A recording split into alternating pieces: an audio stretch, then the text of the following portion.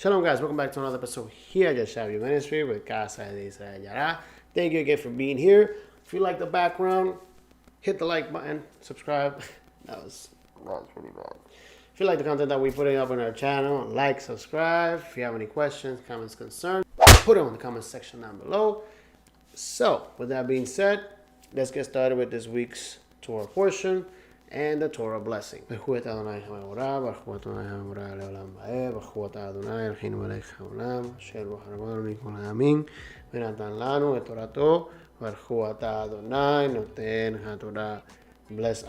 is blessed. Bless Adonai who is blessed now and forever. Blessed are you, Adonai, our God, sovereign of the universe, who has chosen us from among the nations and has given us the Torah.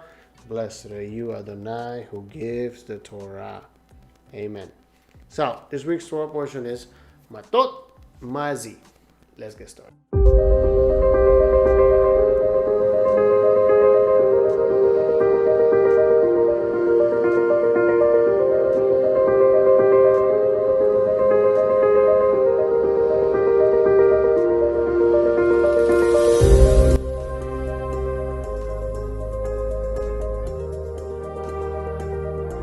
Matot means tribes, and is speaking to the head of the tribes of Israel, the leaders of the clans. Masei are the journeys of Israel in the desert to the promised land. We're going to focus on Matot because it talks about the vows and importance of what we say, what we confess on the name of God, okay? So let's get started with the PowerPoint because I was able to make a PowerPoint. So let's get to the PowerPoint. So, top portion, Matot Masei.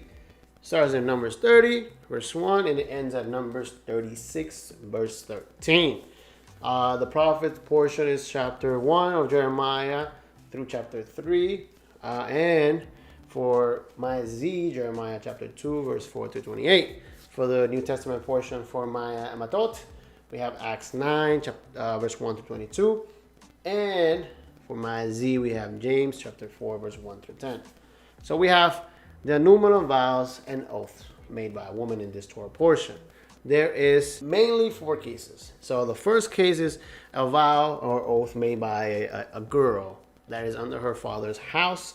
If she makes a vow on the name of God, if he expresses any disapproval of her vow, he can annul it. If he approves it, then it falls through and she has to follow through her vow. And he is responsible with her. Second vow is of a woman that is a young girl, gets married, and made a vow on her father's household. Her husband can annul that vow if he doesn't agree with it. And so the third case is a case of a widow or a divorced woman. In this case, if this widow or divorced woman made a vow and her husband passes away and he doesn't disapprove of it, or she's made a vow and she gets divorced and her husband approves of it, that means that she has to follow through her vow. If before they pass away or they get divorced, the husband annuls it, then she is not held accountable for that vow that she made. For case number 4, and last but not least, is a woman that is married and her husband doesn't approve of it, he can annul it. But if he doesn't annul it before the 24-hour period that he finds out, he bears the same guilt if she doesn't fulfill that vow. Now, the law codes of the ancient Near East. The law codes of the ancient Near East have been available to scholars for many years. And the civil and criminal law of the area over the centuries has been studied in depth.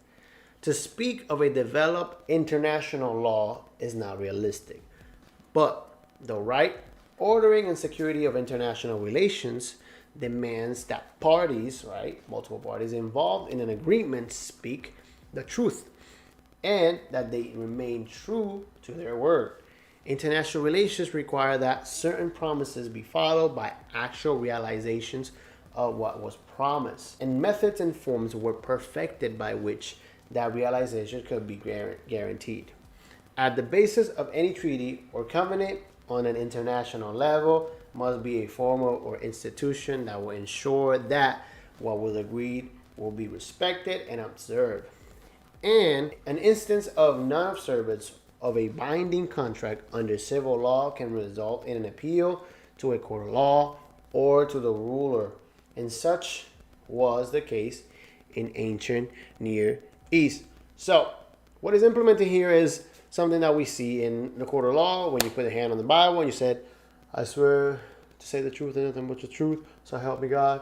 And so if I lie on the stand while I'm in court, then I'm held liable for that.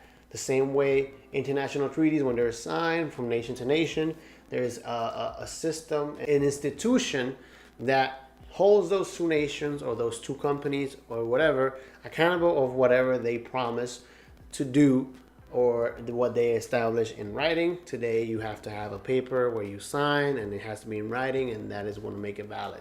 But in this time, it was by the word that you basically you say something and your word meant a lot, and it was weighed a lot. Okay, so let's keep reading. But in an agreement between states that agreed, points can only be enforced peacefully by an appeal to an international legal structure. In the absence of such an established structure, right, that we have today, as was the case in ancient Near East, only an appeal to the gods could be an effective means to guarantee observance of treaty other than a resort of military force. The solemn appeal to the gods bear witness to the promises made to punish. Normalization of those promises was subscribed under oath. As such, the oath by the gods was the constitutive element that which provided the sanction in the ancient Near East international treaty. Whatever they said under oath, or whatever vow they get or gave, if this happens, then I will do this, was held by that God that they represented, that they vowed to honor and represent. And so if you made a vow under Elohim's name, if you're part of his kingdom, you represent him. So if you make a vow or an oath, he is binded on your oath, and you will have to say his name because he represents you, and you would have to follow through. So vows and oaths. Making vows was a voluntary, but anyone who did so or swore an oath in an obligatory relationship had to fulfill that commitment. Vows involved a verbal act of commitment to a task or to a consecration of oneself or one's property to the Lord. Sacrificial offerings are part of the obligation. So an offering was always part of this verbal oaths and vows. Biblical vows are made only to deity, intensifying the solemnity of the pledge. To break that vow in which God's name has been invoked is to profane his name. And so we encounter an example how powerful words are. And then in this story of Jephthah, we will see that he is the son of a harlot. He's from Gilead. And so because he is the son of a harlot, they cast him out because they're ashamed of him. But when they're into war with the Ammonites, they call on Jephthah to defend them and protect them and represent them as a leader. And so he says, if I come to help you guys, will you guys take me back? And they say yes. And so he's in a moment of war and he makes a vow. And so we will see what he says. So like I said, he's a son of a harlot, and Gilead was the father of Jephthah. And so he says here, Jephthah made a vow to the Lord and said, if you will indeed give me the sons of Ammon into my hand, then it shall be that whatever comes out of the doors of my house to meet me when I return in peace from the sons of Ammon, it shall be the Lord's, and I will offer it up as a burnt offering. In the story of Jephthah, when he gets to his house or his tent, his daughter comes out and greets him. He falls into his knees because now that vow he gave cements that his daughter now is going to be consecrated to him. He has to give his daughter to God, and he has to do a burnt offering to fulfill his vow. Now his daughter, by the words that he said, is separated and consecrated to Elohim, to the serf Elohim in whatever way Elohim fits useful. Obviously, she cannot officiate in the temple because there's no priestesses in the temple. But he said, whatever comes out of my tent, if you bring the sons of Ammon on my hands, when I go in peace, whatever comes out of my house, I'll dedicate it to you in a burnt offerings. His daughter was what came out of that tent. So you see the power of that. Elohim was holding him accountable for that. Now Saul also does the same thing. We will read about it. Now the men of Israel were hard pressed on the day, for Saul had put the people under oath, saying, cursed be the man who eats food before evening, and until I have avenged myself on my enemies. So none of the people tasted food. And so he made this oath that nobody will eat, and they were going at war. They were at war. And so all people of the land entered the forest, and there was honey on the ground.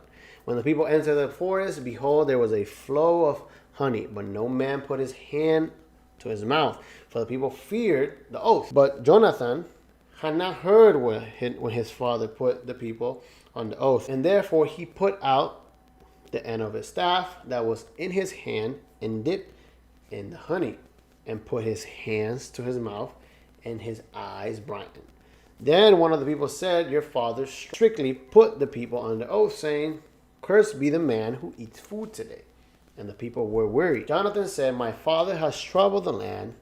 See now how my eyes have brightened, because I tasted little of this. Now Jonathan is held by the oath of his father. He is prescribed to die because he's being cursed by his father. His father made an oath. He is the king.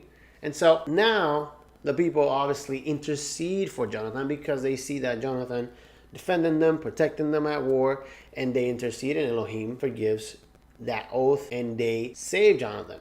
But remember, the oath is very important, very powerful, and so this is why the opening verses of this Torah portion are so important.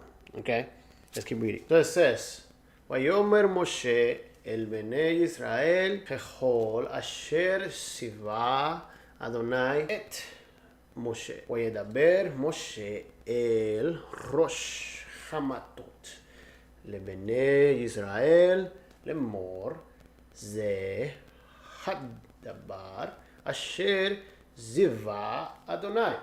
In English, is the following. And Moses spoke to the heads of the tribes of Israel, saying, this is the word which the Lord has commanded. If a man makes a vow to the Lord, or takes an oath to bind himself with a binding obligation, he shall not violate his word. He shall do according to all that proceeds out of his mouth. And so now it was where it goes into the cases that I presented to you earlier with the women, and the structure of a daughter and the father, a daughter who makes an oath with the father, but the husband annuls it, or a widow or divorce, and then obviously a husband and a wife, and the power in where the male has to nullify these oaths. Now, why is it that the women have no say, right? You might say, why is the men just having the responsibility to choose for her? Why can't I choose for myself, right? Ladies, I see Victoria, probably Ariana, thinking this. Understand this. Caitlin, Isabel, understand this. Julie, I was about to say Julie. Jeannie, Giselle. In those times, women in other nations were priestesses. And they also made vows. And they also made offerings. And so they also did these things. Remember, God is trying to make the contrast, right? Always Elohim is trying to make a contrast, trying to help the people be different so they can be a light to the nations. So women did these things, and they were priestesses, and they officiated in the temples, and they were at the doors of the temple, and they would used to prostitute themselves in the temple. So that's why there's no priestesses in God's temple, because he wants to protect the honor of the women. It's not because they're not capable of it. Now, yes, in the time, the male was the one that provided, mainly, and so he had a say in a lot of what the woman had to do, especially in the culture. Understand something though, the aspect and the purpose of what's going on here is bigger. But we're going to read Yeshua's words and we'll close out. So Yeshua in Matthew chapter 5 verse 33 and on say the following. Again, you have heard that the ancients were told, you shall not make false vows, but shall fulfill your vows to the Lord. But I say to you, make no oath at all, either by heaven, for it is the throne of God, or by the earth, for it is the footstool of his feet, or by Jerusalem, for it is the city of the great king. Nor shall you make an oath by your head, for you cannot make one hair white or black. But let your statement be yes, and your no be no. Anything beyond this is evil. Okay, what is Yeshua trying to say? Because Paul makes a Nazarite vow after his death and resurrection, and he goes and fulfills the rituals and the sacrifices for the Nazarite vow.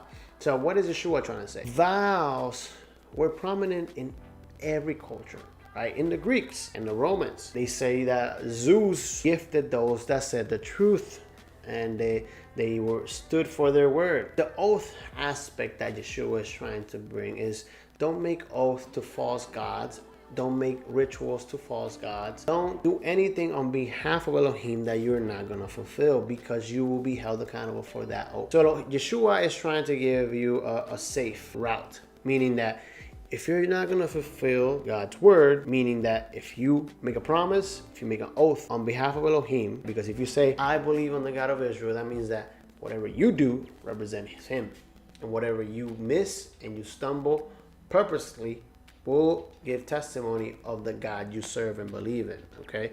So if you make an oath and you don't follow through with it, then you'll be held accountable.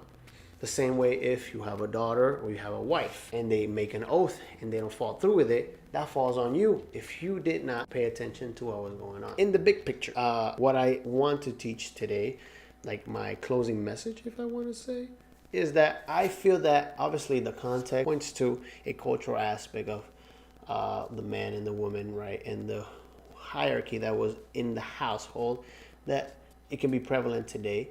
Because remember, the man is no more or less than the woman, and the woman is no more or less than the man. Each of them complement one another. Young man, young woman, understand something. Alejandro, Matias, Isabella, Kaylin, Bella Joy. Remember this. Matias, Alex, Josh. Understand something. Men, women are a team. They're complementing one another. This Torah portion tells you that the woman and the man and the household, the father and the daughter, have to be in the same page. Because if your daughter represents you, father, and you're giving a good testimony, then your daughter not only would commit to vows and oaths, but she will fulfill them. And she will honor your name. And because you're honoring God's name, your household will represent order. If your wife makes a vow and you are being representative of that vow, then you will have no reason to annul that vow. Because in your household, your nucleus is established under the Torah. Your house is not built on sand, it's built on the rock. So if your house is built on the rock, then your yes will be yes and your no will be no. And whatever you commit to, you will fulfill. You will stand by it. Am I being clear? This Torah portion basically tells you that you have to commit to what you say you're going to do. And I know in the world, the word is not so much valid today. Like you have to have a contract. You just have to, just write the contract and sign it, and that's what's valid. But on God's throne, where you confess, right? When we confess that Yeshua, our Messiah, the Son of the living God, who was raised by his Father, is our Messiah, and we believe that he was raised by his Father on the third day.